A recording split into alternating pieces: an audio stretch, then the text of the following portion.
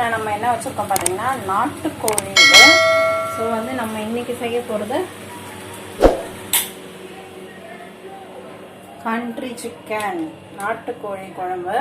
So அதுக்கு வந்து இங்கே வந்து சிக்கன் இருக்கு, இங்கே வந்து 2 வெங்காயம், மீன் ஒரு 3 வெங்காயம், 2 தக்காளி கட் பண்ணி வச்சுருக்கேன், 3 பச்சை மிளகாய், இஞ்சி பூண்டு விழுது, இது வந்து கொத்தமல்லி, இது கருவேப்பிலை. ஸோ இது வந்து நம்ம வந்து தாளிப்புக்கு யூஸ் பண்ணுற பிரிஞ்சி இலை, பிரியாணி இலை, 2 காஞ்ச மிளகாய், பட்டை, லவங்கம், சோம்பு, இதெல்லாம் வந்து நம்ம தாளிப்புக்கு யூஸ் பண்ணுறதுக்கு. அதுக்கப்புறம் பார்த்திங்கன்னா இங்கே கொஞ்சம், அதுக்கப்புறம் இங்கே பார்த்திங்கன்னா ஒரு கப்பில் வந்து அரைச்சி ஊற்றணும் இல்லையா, நம்மளுக்கு வந்து நாட்டுக்கோழி குழம்புனாலே அரைச்சி ஊற்றினா செம்ம டேஸ்ட்டாக இருக்கும். ஸோ அதுக்காக இங்கே வந்து பார்த்திங்கன்னா பட்டை, லவங்கம், அதுக்கப்புறம் ஏலக்காய், அப்புறம் மிளகு, சீரகம், இது எல்லாமே எடுத்திருக்கேன். பட்டை பார்த்திங்கன்னா ஒரு 2 பீஸு, ஏலக்காய் வந்து ஒரு 3 எடுத்திருக்கேன், லவங்கம் 4 எடுத்திருக்கேன், அப்புறம் சோம்பு, சீரகம், மிளகு வந்து அரை ஸ்பூன். இது வந்து பார்த்திங்கன்னா முழு முந்திரி 6 பீஸ் எடுத்திருக்கேன். இங்கே 3 பத்தை தேங்காய் வந்து இந்த மாதிரி சின்ன சின்னதாக கட் பண்ணி எடுத்து வச்சுருக்கேன். ஸோ அதை வந்து நம்ம வந்து இந்த மிளகு சீரகம்லாம் எடுத்துருக்கோம் இல்லையா, இதெல்லாம் லைட்டாக ரோஸ்ட் பண்ணிவிட்டு நம்ம வந்து முந்திரியும் லைட்டாக ரோஸ்ட் பண்ணிவிட்டு முந்திரி இந்த மசாலா ஐட்டம்ஸ், அதுக்கப்புறம் வந்து நம்ம தேங்காய் சேர்த்து நம்ம நல்லா அரைச்சிக்க போகிறோம். ஸோ அரைச்சிட்டு தான் நம்ம வந்து குழம்புல ஊற்ற போகிறோம். அதுக்கப்புறம் இங்கே பார்த்திங்கன்னா தாளிப்புக்காக ரீஃபண்ட் ஆயில், அதுக்கப்புறம் நல்லெண்ணெய் 2மே எடுத்திருக்கேன். நம்ம வந்து செய்கிறது வந்து நாட்டுக்கோழின்றதுனால நல்லெண்ணெய் சேர்த்துட்டோன்னா ரொம்பவே நல்லது. ஸோ அதுக்காக இங்கே குக்கிங் ஆயில் 2 எடுத்திருக்கேன். இது வந்து இஞ்சி பூண்டு விழுது அரைச்ச ஜாரு. ஸோ அதுலேயே தான் நான் வந்து இப்போது தேங்காய் இந்த விழுதெல்லாம் சேர்த்து, தேங்காய் அதுக்கப்புறம் இந்த மசாலாலாம் சேர்த்து அரைக்க போகிறேன். ஸோ வாங்க நம்ம நாட்டுக்கோழி குழம்பு எப்படி வைக்கிறதுன்றதை பார்க்கலாம். ஸோ இப்போ நான் வந்து பார்த்திங்கன்னா நாட்டுக்கோழி குழம்பு தயார் பண்ணுறதுக்காக இங்கே ஒரு குக்கர் வச்சுருக்கேன். இந்த குக்கரில் வந்து நம்ம வந்து குக்கர் ஹீட் ஆனதும் ரீஃபண்ட் ஆயில் சேர்த்துக்கிறேன். இப்போ வந்து நல்லெண்ணெய் 1 டேபிள் ஸ்பூனும், ரீஃபண்ட் ஆயில் 3 டேபிள் ஸ்பூனும் சேர்த்துட்டு, அதுக்கப்புறம் நம்ம பட்டை, லவங்கம், ஏலக்காய், அதுக்கப்புறம் பிரிஞ்சி இலை, 2 காஞ்ச மிளகாய், சோம்பு, இதெல்லாம் போட்டு தாளிச்சிக்கலாம். வெடிக்கட்டும்.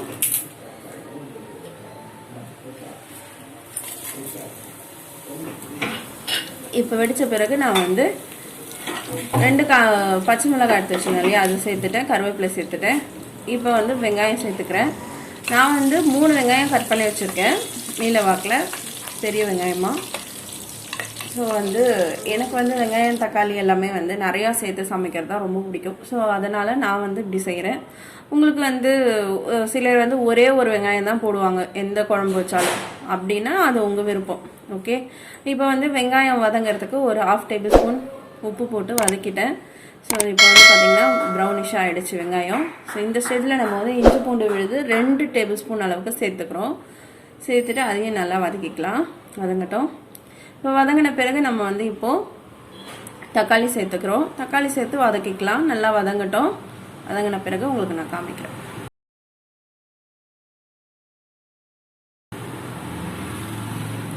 ஸோ இப்போ பார்த்திங்கன்னா நம்ம வந்து லைட்டாக ஹீட் பண்ணி இந்த மசாலா ஐட்டம்ஸ், அதுக்கப்புறம் முந்திரி, தேங்காய் எல்லாமே சேர்த்து ஜாரில் போட்டாச்சு. கொஞ்சமாக தண்ணி சேர்த்து அதை அரைச்சி எடுத்துகிட்டு வந்துட்டேன்.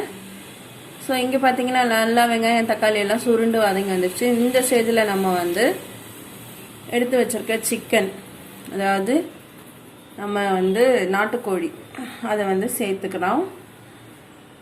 நாட்டுக்கோழி வந்து நம்ம நார்மலாக சாப்பிட்ற கோழி மாதிரி இருக்காது, நிறைய எலும்பு தான் இருக்கும். குழந்தைங்க வந்து பெரும்பாலும் வந்து நாட்டுக்கோழி வந்து சாப்பிடவே ஃபீல் பண்ணுவாங்க, அது எலும்பாக இருக்குது, சிக்கன் பீஸ் மாதிரி இல்லையேன்னுட்டு.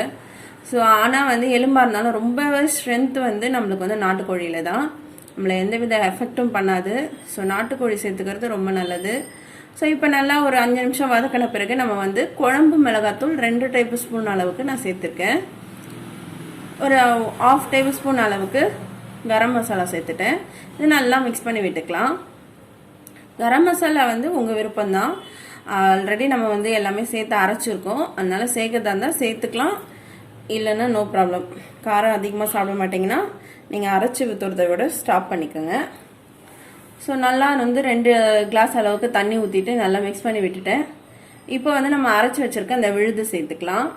திரும்பவும் சொல்கிறேன், பட்டை, லவங்கம், ஏலக்காய், சோம்பு, சீரகம், மிளகு, அதுக்கப்புறம் வந்து தேங்காய் பத்தை, அதுக்கப்புறம் ஒரு 6 முந்திரி பல் சொல்லுவோம் இல்லையா, முழு முந்திரி ஒரு 6 பீஸ் போட்டு அதை அரைச்சி ஊற்றிருக்கோம்.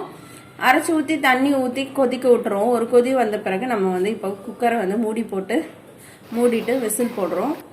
விசில் போட்டு 2 விசில் நான் விட போகிறேன். 2 விசில் விட்டுக்கிறது தான் நல்லது. ஸோ இப்போ வந்து விசில் அடங்கிடுச்சு. இப்போ விசில் அடங்கிடுச்சு. இந்த ஸ்டேஜில் நான் வந்து பார்த்தீங்கன்னா கொத்தமல்லி கட் பண்ணி ரெடி பண்ணி எடுத்து வச்சுருக்கேன். ஸோ நம்ம வந்து பிளேட்டிங் பண்ணிவிட்டு எப்படி இருக்குன்றதை பார்க்கலாம். ஃப்ரெண்ட்ஸ், இப்போ பார்த்தீங்கன்னா நம்ம வீட்டு லஞ்ச் மெனு, அதாவது சண்டே லஞ்ச் ரெடி ஆயிடுச்சு.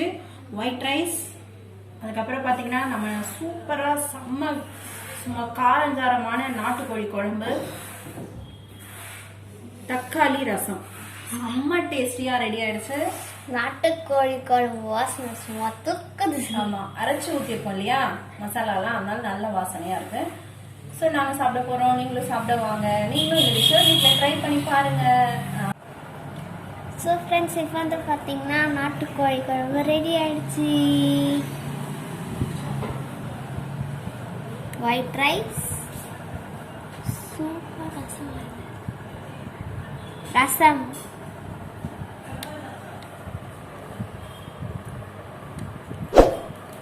ஓகே ஃப்ரெண்ட்ஸ், உங்களுக்கு இந்த வீடியோ பிடிச்சிருந்தா லைக் பண்ணுங்க, ஷேர் பண்ணுங்க, கமெண்ட் பண்ணுங்க, மறக்காம சப்ஸ்கிரைப் பண்ணுங்க.